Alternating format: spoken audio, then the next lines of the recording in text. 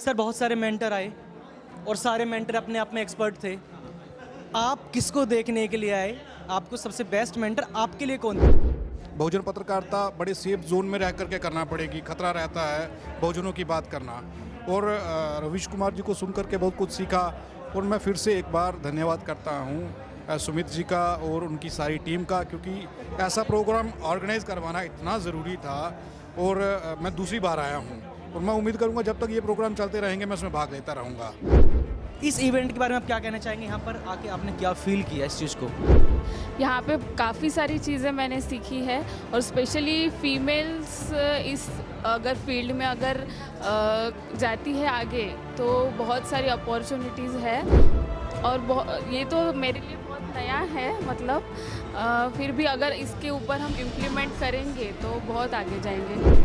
आपको यहाँ पर सबसे बेस्ट चीज़ क्या लगी इस इवेंट में, जो आप बोलेंगे कि हाँ भाई ऐसा कभी आपने नहीं देखा अभी तक? सबसे अच्छी चीज़ ये थी कि 15 से ज़्यादा स्टेट के लोग इकट्ठा हैं और वो क्रिएटर्स हैं। तो इतने स्टेट के क्रिएटर्स जुड़े, ये एक तो नहीं हुआ था। इतने अलग अलग जाति वंचित समाज के लोग एक साथ जुड़े, ये कभी नहीं हुआ था। इस देश में बहुत बड़े बड़े आयोजन होते हैं 5 स्टार होटलों में, बड़ी बड़ी जगहों पर, और इससे कई गुना ज़्यादा पत्रकार इकट्ठा होते हैं। लेकिन उनकी 2-3 समस्याएं हैं। एक तो 2-3 जातियों तक मामला सीमित है, एक तो 2-3 क्लास तक सीमित है। अमीर, अपर मिडिल क्लास, बहुत एडजस्ट हुआ तो मिडिल क्लास।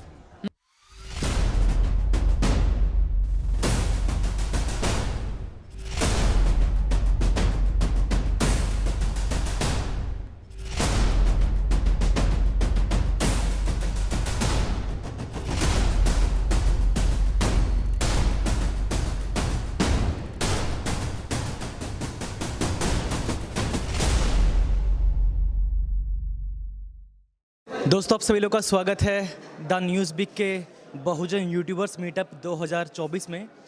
और इस साल ये हर साल की तरह ऑर्गेनाइज़ करवाया गया है। ये सीज़न 5 है। इससे पहले 2 सीज़न थे जो कि ऑनलाइन हुए थे, और ये तीसरा सीज़न है, यानी ये 3 सीज़न लगातार हुए हैं वो ऑफलाइन हुए हैं और अलग अलग वेन्यूज़ में हमेशा अलग होते हैं। तो इस चीज़ को लेकर हम आज लोगों का रिएक्शन लेना चाहते हैं। मतलब उन लोगों को यहाँ पर आने को कुछ फ़ायदा हो भी रहा है या नहीं, उनको क्या कुछ सीखने को उन्हें मिलता भी है या नहीं मिलता है। वो लोग भारत के हर कोने से, हर स्टेट से, हर तरह के लोग आ रहे हैं और हर उम्र का व्यक्ति आ रहा है। छोटे बच्चे से लेकर 70-80 साल की उम्र तक के लोग, बुजुर्ग लोग आ रहे हैं। तो ऐसा क्या है एक्साइटमेंट है कि लोग इस इवेंट को ज्वाइन करना चाहते हैं, सीखना चाहते हैं। तो लोगों से बातचीत करेंगे। तो शुरुआत करना चाहेंगे हम हमारे सीनियर लोगों से ही बात करेंगे सबसे पहले। तो हमारे साथ हैं सर, आपका नाम बताइएगा। नरेंद्र भाई। सर, कैसा लगा इस इवेंट में आकर आपको, और इस उम्र में आप सीखना चाहते हैं? आप किस पॉइंट से आए हैं? नहीं, मैं भी एक ऑब्जर्व कर रहा हूँ कि सामाजिक जो समस्या की इसका समाधान कैसे किया जाए, लोग कितने चिंतित है और कितने गंभीर है, और उसके बारे में क्या समस्या है और समस्या का समाधान भी है, लेकिन किस तरीके से किया जा रहा है। ये यूट्यूबर कोशिश कर रहे हैं कि जो बहुजन समाज की जो समस्या है उसका निराकरण किस तरह से किया जाए, ये इनका मेन मोटिव है। और क्या रास्ता निकाला जाए और क्या किया जाए, इनको न्याय और उनका अधिकार प्राप्त हो जाए और एक समान विचारधारा के साथ जुड़ जाए। हमारे जो मेंटर्स थे यहाँ जो क्लासेस दे रहे हैं, उनका सिखाने का तरीका आपको कैसा लगा? वो अलग अलग टॉपिक्स के ऊपर बात कर रहे हैं, बहुत सीरियस टॉपिक हैं। वो ऐसे टॉपिक हैं, अगर हम किसी प्राइवेट इंस्टीट्यूट में जाके उनके बारे में सीखेंगे, जर्नलिज्म के बारे में, शायद हज़ारों या फिर लाखों रुपए फीस लगे। और वो चीज़ हम यहाँ बहुत ही नॉमिनल जो हमारा चार्ज है, वो भी सिर्फ यहाँ लोग रुकते हैं।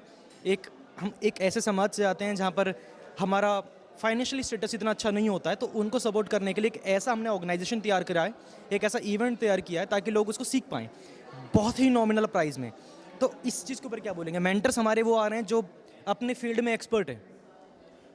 देखो, इसके अंदर तो मैं एक ख़ास बोलूँगा कि जिसने भी आयोजन किया है उसके लिए बधाई। और जो मेंटर है ना, वो इतने गंभीर है और इतने अनुभवी है, और उन्होंने जो बेसिक चीज़ जो बता रही है ना, सही में यूट्यूबरों को ये चीज़ को गंभीरता से लेना चाहिए और गंभीरता से उसको इम्प्लीमेंट करना चाहिए। और उनके साथ उनको सीखना चाहिए।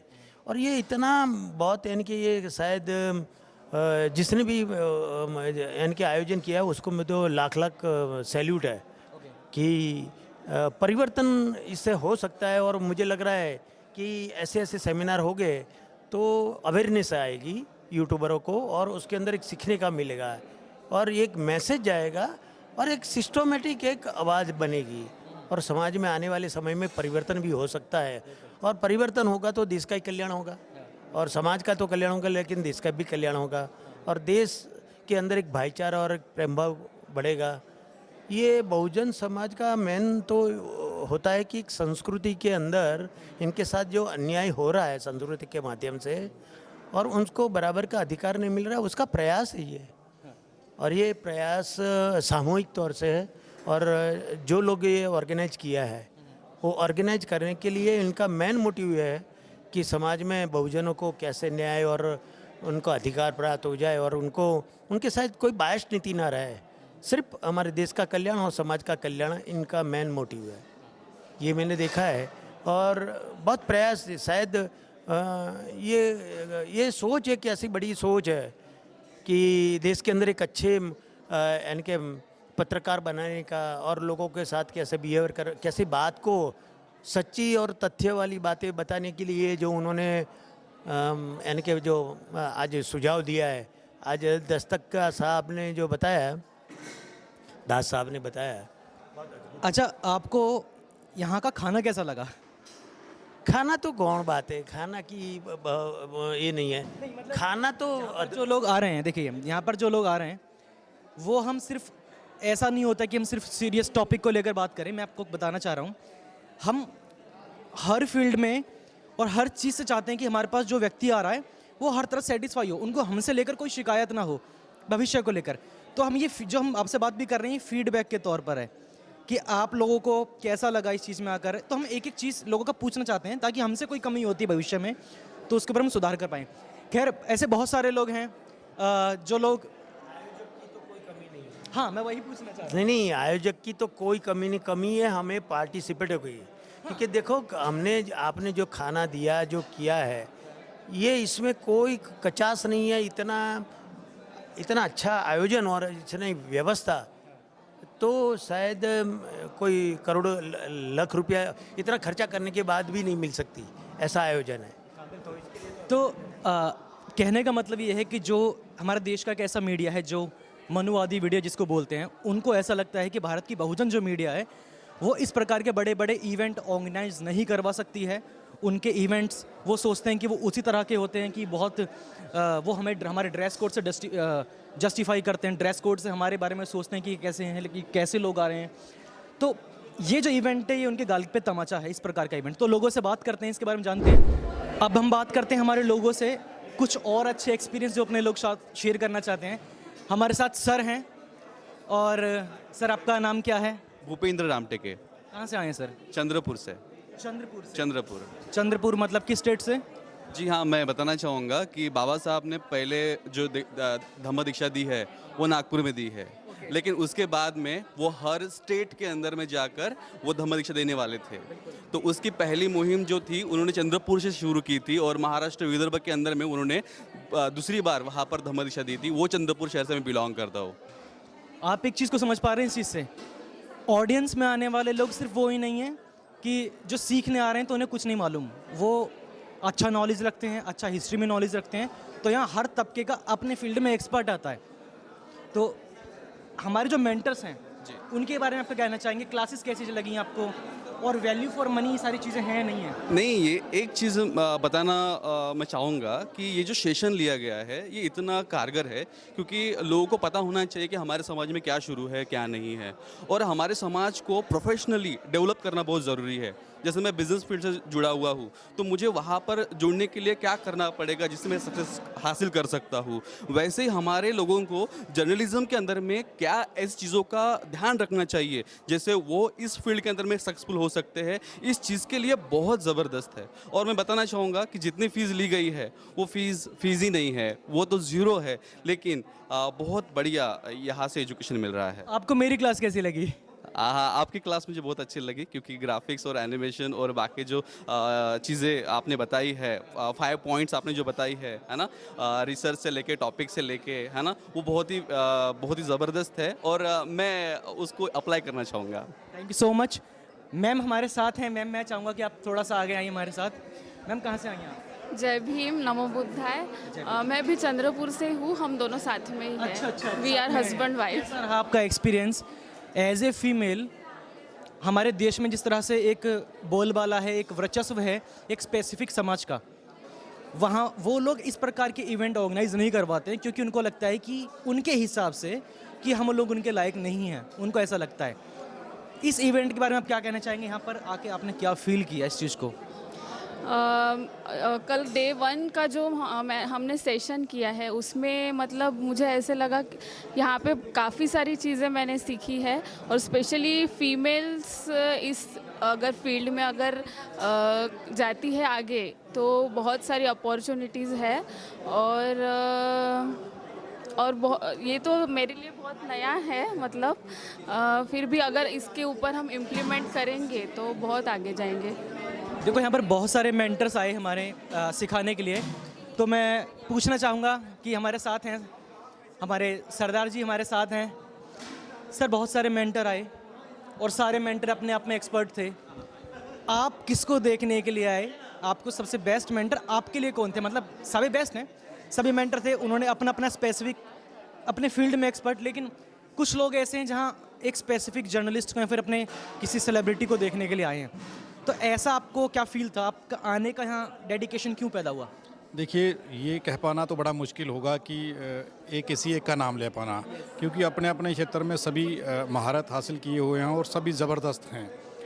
लेकिन जब रवीश कुमार जी का नाम सुना तो 2 मिनट के लिए लगा कि कल रात को जब पता चला तो ये लगा कि नहीं, रवीश कुमार आ रहे हैं और उन्हें सुनेंगे और जो बातें उन्होंने कही हैं वास्तव में वो ज़रूरी हैं और वो करना बहुजन समाज के लोगों के लिए ज़रूरी है और बहुजन समाज को उन चीज़ों को समझना चाहिए। अब अशोक दास जी आ जाए हैं, उन्होंने जो बात कही है और ये मतलब इसे समझना चाहिए। कुछ लोग सीरियस नहीं ले रहे थे इन चीज़ों को और सुमित जी ने डांटा भी उन्हें बाद में, और डांटना ज़रूरी था क्योंकि हम लोग आकर के खाना खा कर के दिल्ली घूम कर के चले गए, ये ज़रूरी नहीं है। ज़रूरी ये है कि आप जब पत्रकारिता कर रहे हैं आपके कंधों पर जिम्मेदारी होती है, लेकिन जब जिम्मेदारी बहुजन समाज की हो तो फिर जिम्मेदारी और बढ़ जाती है। बहुजन पत्रकारिता बड़े सेफ जोन में रह करके करना पड़ेगी, खतरा रहता है बहुजनों की बात करना। और रवीश कुमार जी को सुन करके बहुत कुछ सीखा और मैं फिर से एक बार धन्यवाद करता हूँ सुमित जी का और उनकी सारी टीम का, क्योंकि ऐसा प्रोग्राम ऑर्गेनाइज करवाना इतना ज़रूरी था। और मैं दूसरी बार आया हूँ और मैं उम्मीद करूँगा जब तक ये प्रोग्राम चलते रहेंगे मैं उसमें भाग लेता रहूँगा जी। तो आप लोगों का एक्सपीरियंस सुन रहे हैं, मुझे नहीं लगता कि यहाँ पर कोई व्यक्ति अगर पार्टिसिपेट कर रहा है और यहाँ पर आने के बाद वो बिना कुछ सीखे हुआ चला जाए, तो मुझे ऐसा लगता नहीं कि कोई भी व्यक्ति ऐसा रहेगा। केवल पार्टिसिपेंट ही नहीं, इस इवेंट में इस प्रकार के जर्नलिस्ट भी आए हैं जो अपने फील्ड में एक्सपर्ट हैं, वो क्लास देने भी आए हैं और वो कुछ सीखने भी आए हैं। इसी तरह से हमारे साथ हैं बोलता हिंदुस्तान के समर राज सर, और मैं जेन्युइनली इनके लैंग्वेज का, इनकी स्क्रिप्टिंग का, इनके सटायर का मैं फ़ैन हूँ।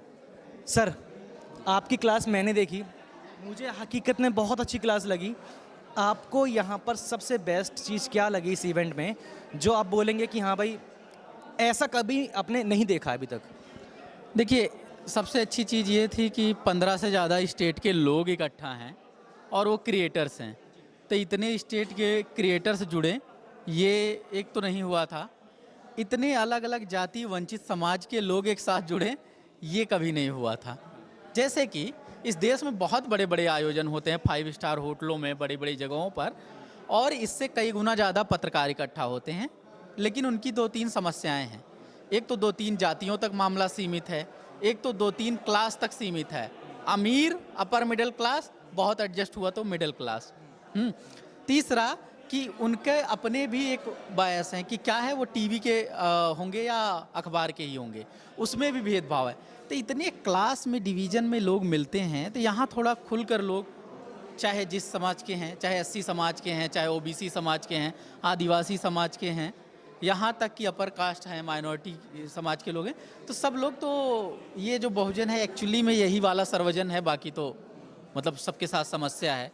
नहीं, दरअसल अब बहुत सारे लोग यहाँ पर आए हैं और एक चीज़ ये है इस इवेंट की खासियत ये थी, मैंने बताया भी था शुरुआत में, कि 80 साल की उम्र से लेकर 8-10 साल के बच्चे भी यहाँ पर घूम रहे हैं और जो सीखने आए हैं, जिनके अपने अपने यूट्यूब चैनल्स हैं।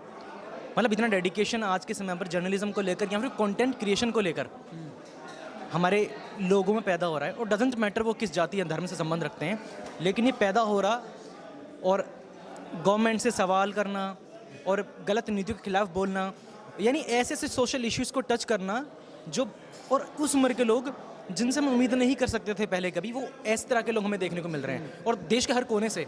तो इसके ऊपर आपकी क्या राय है? देखिए, उम्र जाति की बाइनरी तो पार करके लोग सीख ही रहे हैं। बाकी ये जो बच्चे कैमरा लेके घूम रहे हैं, इन पे तो बाल मजदूरी वाला केस लगा के उनको ले चला जाएगा। वो मामला नहीं है, वो तो बच्चे घर के ही हैं, सुमित और मोहित के साथ के। अच्छा। वो कर रहे हैं। लेकिन मेन चीज़ है कि हर उम्र वर्ग के लोग अगर सीखना चाह रहे हैं, बोलना चाह रहे हैं, तो ये और अच्छी बात है ना। सोशल मीडिया सिर्फ यूथ का स्टफ क्यों रहे? अगर एक बुजुर्ग, एक 60 साल के व्यक्ति, एक 65 साल के व्यक्ति अभी मुझे कल मिले, कह रहे हैं कि मैं अपने यहाँ की सारी खबरों को मैं बताना सुनाना चाहता हूँ।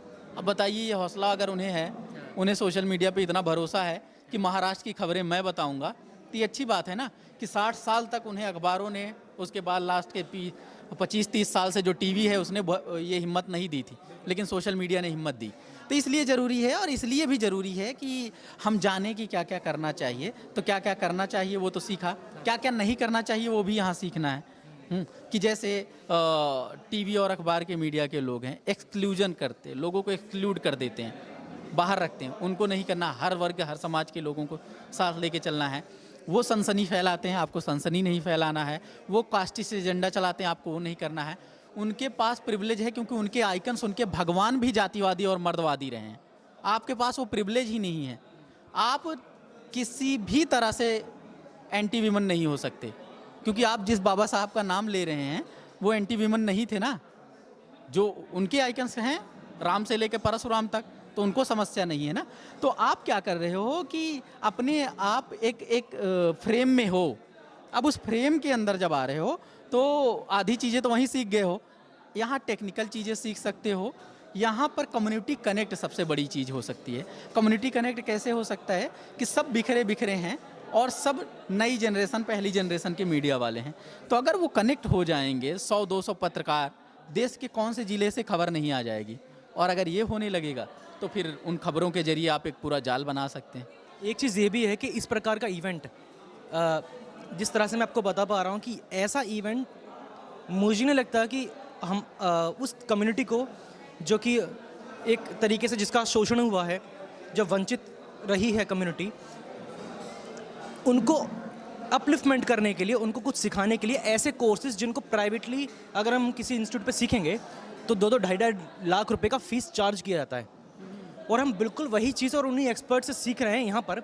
और ये आपको लगता है कि ऐसा इवेंट पहले कभी हुआ है इंडिया में, या फिर कहीं आप बाहर कंट्री की बात भी करें हमारे लोगों के लिए? देखिए, अलग अलग जगहों पर अलग प्रोग्राम हो सकते हैं, लेकिन कलेक्टिव और कॉन्टिन्यूस 5 साल से जो हो रहा है वो नहीं हुआ है। एक बात। दूसरी कि जिन संस्थानों के, चाहे वो सरकारी हो या प्राइवेट, जो 2-2.5 लाख रुपए फीस ले रहे हैं, उन फीस वाले संस्थानों के साथ और ज़्यादा समस्या है। साल भर पढ़ाई करें या 3 साल की पढ़ाई करें, जब आप बाहर निकलते हैं तो आपको समझ ही नहीं आता कि आपने पढ़ा या सीखा क्या है। तो इसी तरह के सेमिनार और प्रोग्राम से ही आप सीखते हैं, जैसे न्यूज़ रूम में जाकर सीखते हैं।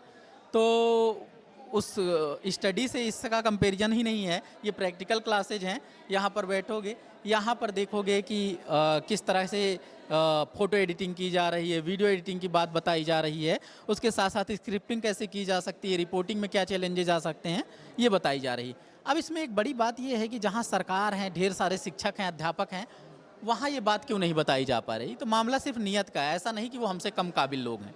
अच्छा, लास्ट सवाल, 5 स्टार में से कितने स्टार देंगे इस इवेंट को? क्योंकि अब तो सारे लोगों को कलेक्टिवली यहाँ जोड़ा गया, काम किया गया, तो ये स्टार वाला काम मूवी की रेटिंग के लिए रखो। लेकिन नो डाउट कि 1-2 चीज़ें जो रह गई, अगले साल इंक्लूजन में 5 स्टार अगले साल देने भर का हो जाएगा प्रोग्राम। बहुत बहुत शुक्रिया सर आपका इसको फीडबैक देने के लिए। हम कुछ और लोगों से बात करते हैं आगे चलकर। साथियों, अगर आपको द न्यूज वीक का काम पसंद है और आप चाहते हैं कि हम यूं ही अम्बेडकरवादी पत्रकारिता करते रहें, तो हमारी आर्थिक मदद जरूर करें। आप अपनी स्क्रीन पर दिखाई दे रहे इस QR कोड को स्कैन करें और न्यूज वीक फाउंडेशन के खाते में अपनी दान की राशि भेजें। QR कोड के अलावा आप UPI के जरिए भी मदद कर सकते हैं। आप हमारी UPI ID newsweek@yes bank पर भी मदद भेज सकते हैं। इसके अलावा आप हमारे अकाउंट में भी मदद भेज सकते हैं। खाते का नाम है News Week Foundation, account number है 02358800000640। IFSC कोड है YesB000235। बैंक का नाम यस बैंक है और ब्रांच है नेहरू पैलेस, दिल्ली। आप डोनेशन के एवज में इनकम टैक्स में भी छूट पा सकते हैं। डोनेशन की रसीद पाने के लिए ट्रांजैक्शन का स्क्रीनशॉट हमें भेजें। टाइप करें डोनेशन स्पेस आपका नाम और हमें 8595794224 पर व्हाट्सएप करें।